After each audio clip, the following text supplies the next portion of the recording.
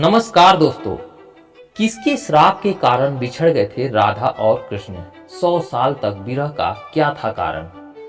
आज भी ये सवाल लोगों को कचोटता है कि राधा और कृष्ण का प्रेम कभी शादी के बंधन में क्यों नहीं बन पाया। जिस शिद्दत से कृष्ण और राधा ने एक दूसरे को चाहा, वो रिश्ता विवाह तक क्यों नहीं पहुंच पाया?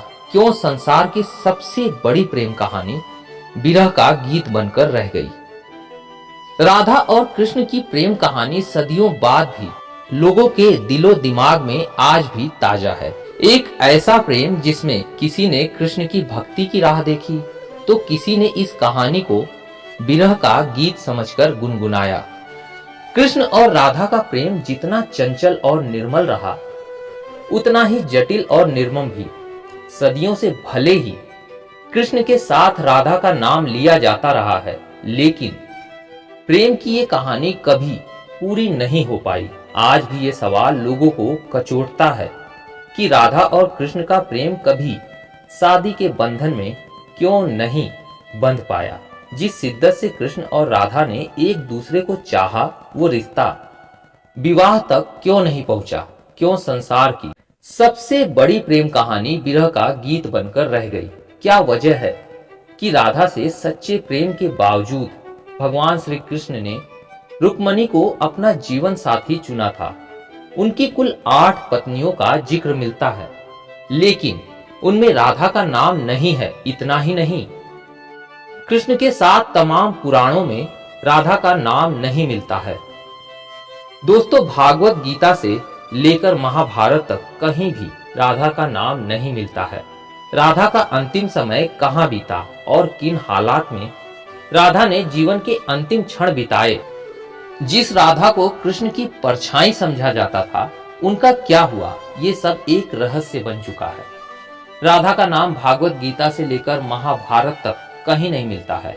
राधा के बिना जिस कृष्ण को अधूरा माना गया है, उनकी कथाओं में राधा का नाम तक नहीं है।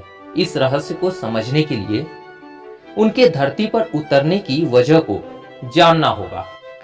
ऐसा कहा जाता है दोस्तों कि राधा धरती पर कृष्ण की इच्छा से आई थी। भादो के महीने में शुक्ल पक्ष की अष्टमी के अनुराधा नक्षत्र में रावल गांव के एक मंदिर में राधा ने जन्म लिया था। यह दिन राधा अष्टमी के नाम से आज भी मनाया जाता है। कहते हैं कि जन्म के 11 महीनों तक राधा ने अपनी आंखें नहीं खोली थी। कुछ दिन बाद वो बरसाने चली गई, जहां पर आज भी राधा रानी का महल मौजूद है।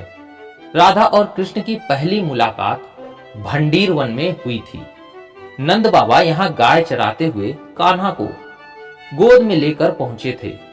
कृष्ण की लीलाओं ने राधा के मन में ऐसी छाप छोड़ी थी कि राधा का तन मन श्याम रंग में रंग गया था। कृष्ण राधा की नजरों से ओझल क्या होते, वो बेचैन हो जाती। वो राधा के लिए उस प्राण वायु की तरह थे जिसके बिना जीवन की कल्पना करना मुश्किल था।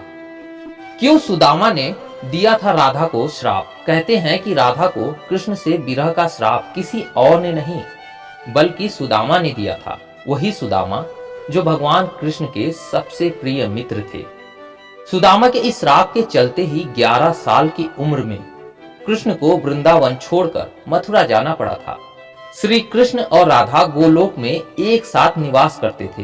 एक बार राधा की अनुपस्थिति में कृष्ण बिरजा नामक की एक गोपिका से विरह कर रहे थे। तभी वहां राधा आ पहुंची और उन्होंने कृष्ण और बिरजा को अपमानित किया।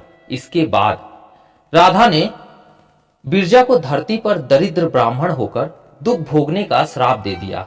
वहां मौजूद सुदामा ये बर्दाश्त नहीं कर पाए और उन्होंने उसी वक्त राधा को कृष्ण से वर्षों तक विरह का श्राप दे दिया।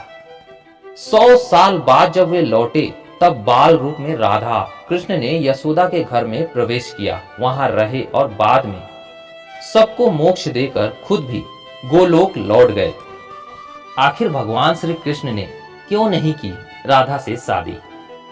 कृष्ण की होकर भी उनकी ना हो पाने का मलाल राधा को हमेशा रहा। अंतिम समय में जब राधा ने खुद को अपनी अर्धांगिनी न बनाने का कारण भगवान श्री कृष्ण से पूछा तो भगवान श्री कृष्ण वहां से बिना कुछ कहे चल पड़े। राधा क्रोधित हो गई और चिल्लाकर ये सवाल दोबारा किया।